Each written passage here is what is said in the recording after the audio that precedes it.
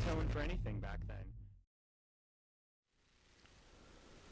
What is up, everybody? Opti here, and in today's tutorial we've got something a little special. This is going to be a tutorial on our lights here. This one's going to be starting off with the basic lights, obviously, and then we're going to work our way down. So, this is going to be the lights that we have to play with in Hammer Editor, like I said. The lessons that you're going to be learning in this tutorial, in this series of tutorials, you can actually apply to any version of Hammer Editor. You can use it for any game that you're editing in Hammer Editor. However, while you're using Hammer Editor and building your worlds, I would highly recommend taking a look at the Valve Developer Wiki page. But for this set of tutorials, I'm going to get started with Dave Defeat Source's Hammer Editor, and if you're unaware of how to open the Hammer Editor after the 2018 update, I'll link a video in the description showing you how to do so. And in this set of tutorials, I'll go over the basic properties of each light entity, how it functions, what some of the values mean in terms that you can understand, and then, like I said, any links mentioned will be in the bottom description here. So let's go ahead and get started, shall we? We're going to go ahead and open up our Hammer Editor here. We're going to make sure that we have everything open, your map open that you want. To make a light entity, we're going to go ahead and click the Entity tool, place an entity into the level here. I'm going to go into a different version of this. There we go. Place an entity into the level, double click your entity here, and once you double click the entity, you will see on the right side you have this this class area. We're just going to type in light. Once you type in light, it will bring up everything and anything relating to light in Hammer Editor. We're just going to select the first light entity though. Now, this creates a static light here, so we're just going to click apply, and that's going to create a static light. What static means is it's not moving. And this light source specifically is omnidirectional, which means that it casts its light cast in a spherical 360 degree area, whereas some other lights in Hammer Editor do not cast in a 360 degree motion. They cast on specific spots. Now you'll notice the first thing in this light that we have is name for the first property here. And that property, if we change the name of a light, it will act differently. It will radically change the way it looks inside of game, and I'll actually show an in-game example of what that looks like. But we can go ahead and give our light a name. For the purpose of this tutorial, I'm just going to name this one named Tutorial Light 1. Now for the second category that we see here, we see brightness. And next to brightness, we have a series of 4 numbers, all ranging in the 200s. The first series of these numbers, the first 3, are going to be our RGB values, red, green, and blue. All of the values have a maximum value of 255 and a minimum value of 0. The first number being red, 255, the second number being green, 255, and the third number being blue, 255. The fourth number that we see here is the actual brightness of our light here. Now, changing this fourth number to any number that you would like is okay. I highly recommend keeping that number above a positive range, not changing it to a negative range, for it will have a negative effect on the map. The third category that we see is brightness HDR. Now, brightness HDR, all the negative ones and the positive one, what those negative ones mean is it's going to keep the same exact values of your original brightness range. So if we change this brightness range to blue, this brightness HDR, if we were to render it in HDR, all of the negative ones will keep those values exactly the same. And the fourth number is pretty much the bloom scale. I highly recommend not changing anything in the brightness HDR or the brightness scale HDR, but if you do, you need to keep these numbers positive. At least for the fourth number on the brightness HDR, you need to have that a positive number, or else it will suck all of the light out of your map. And then for the brightness scale HDR, that also has to be a positive number as well. However, if you do change it, I would recommend changing it down to somewhere around 0.5 if necessary. Next, we have appearance. This is the way the light casts its light onto the world, and the description for each of these is very self-explanatory, so I won't go into much detail with this setting, but you'll find that most of your lights in-game have this appearance setting, which can be very useful. And it has a lot of different appearances, but they're all very self-explanatory in-game. And I will show an example in-game of what an appearance light looks like. Our, fifth category here is custom appearance. And it's really along the same lines of the appearance there, but instead of RGB values, these have values written in alphanumeric form, meaning that A is the darkest of the darkened light, and Z is the lightest of the light. I highly recommend not playing with these values unless you're pretty advanced at lighting. However, I will say that when I did play with these values, I didn't notice any change in the light's appearance, and in fact, even when referencing the Valve wiki page, I did not see any appearance with any of the 12 patterns that it gives you for this. It even gives you a little pattern right here as well that you can play with, and it doesn't, like I said, it doesn't really do much on this. Next, you'll see that we have constant, linear, quadratic, 50% fall off, 0% fall off, and hard fall off. What all 6 of these basically mean is they basically tell this light how far the distance should be from it being a bright light to it being a dim light. I recommend not changing these values either because they're gonna add unrealistic lighting into your level and into your worlds. If you do intend on playing with these values, I highly recommend taking a look at the Valve wiki page, like I keep mentioning here, and I'll post that link in the description. And for some of the information on these 6 values, a specific link for those. The bottom 2 categories in this light entity are unused because this is an omnidirectional light, so we have no use for an entity to point at or a maximum distance that this light should be able to cast to, because the brightness itself will affect that. Now, if we click over to the flags properties, you'll see that there's only one flag, and it is initially dark. This is unchecked by default, and by checking this box, it makes your light essentially dark in the level, and you have to turn it on somehow, or have something turn it on. And to do that, you would need to name your light, obviously.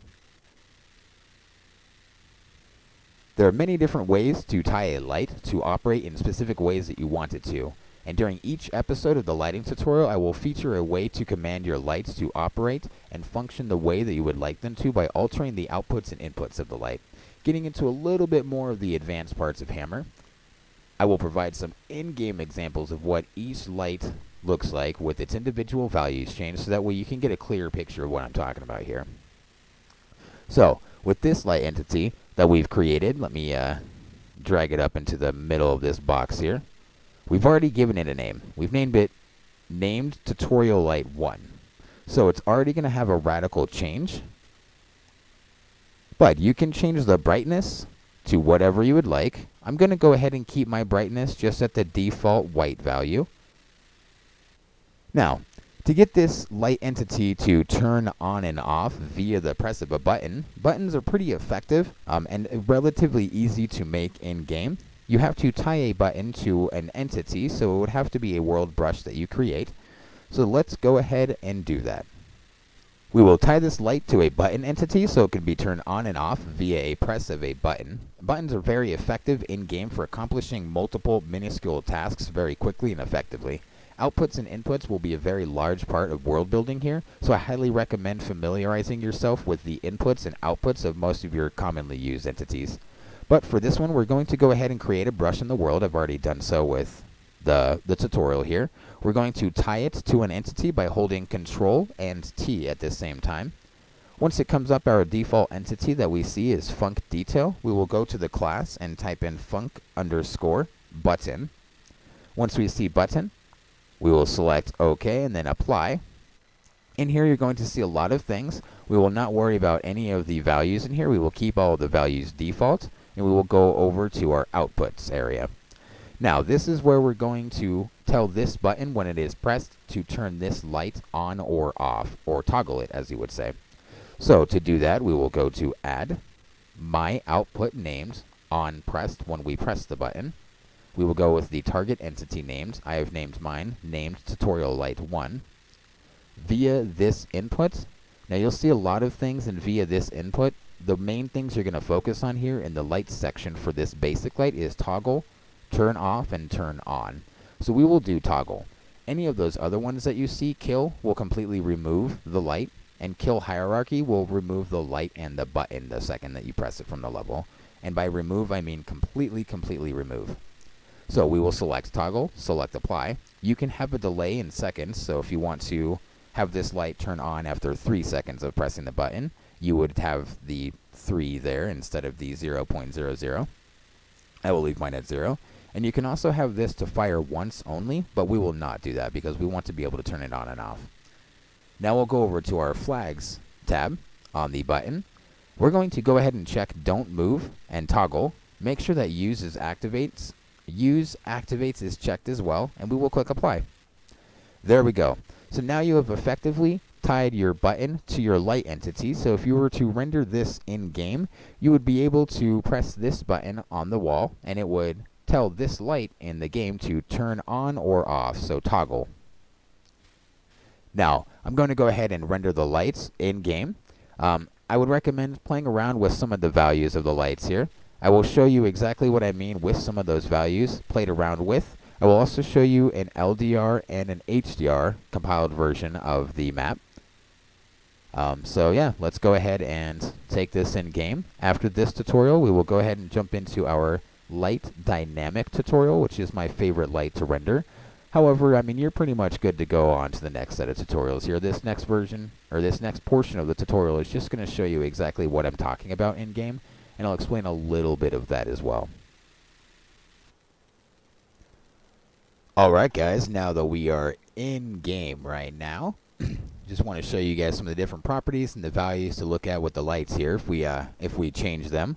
Let me go ahead and go over to this light that I had that I tied to a button here. So if I press this button, it'll toggle this light on and off. You'll notice that there's really horrible lighting here, and that's because of some of the quadratic light being changed there. But if I press this button, it'll toggle our light on and off that we were actually talking about, that we tied to the entity here. Pressing the button is just E for Day of Defeat source. So let's get into talking about some of the lights and some of the explanations that I was talking about here. So in our first box, you'll notice that we have two different areas. These two areas have the same exact light in them. The one light on our far left is default value. There's absolutely nothing changed. And then the light to our far right on the screen is also absolutely nothing changed, except for the fact that it has a name. Now, it's not a very big difference, but you can see that the left side is a little bit brighter and a little bit more orange than the right side is. The right side is a little bit dimmer, so it does have just a very small effect. When you have multiple lights in the same area, it'll have a greater effect, and I'll show you exactly what I'm talking about there. The second light here is a light that has its appearance changed. So this light has a gentle pulse. This light will go from dark to bright, and then back down to dark, and it'll just keep going back and forth for that. Now, this third box that we have here, this one's where those linear, quadratic, and constant are changed here. So this one's a little bit weird and wonky to explain, and you'll notice down here it almost looks like it's full bright down in this area, but it is not full bright. It's just the way the light is cast, and it makes it cast unrealistic lighting and unrealistic shadows and all that other stuff, so it doesn't really look that good when you change these values, but I'll explain it from top to bottom. So I've shifted each value of the constant, linear, and quadratic from 1 to 0, depending on the stage or the level of the box that it's at. So you'll see the very top portion of this area is an unchanged light. So it's unchanged for the constant, unchanged for the linear, and unchanged for the quadratic. So 0 for constant, 0 for linear, 1 for quadratic.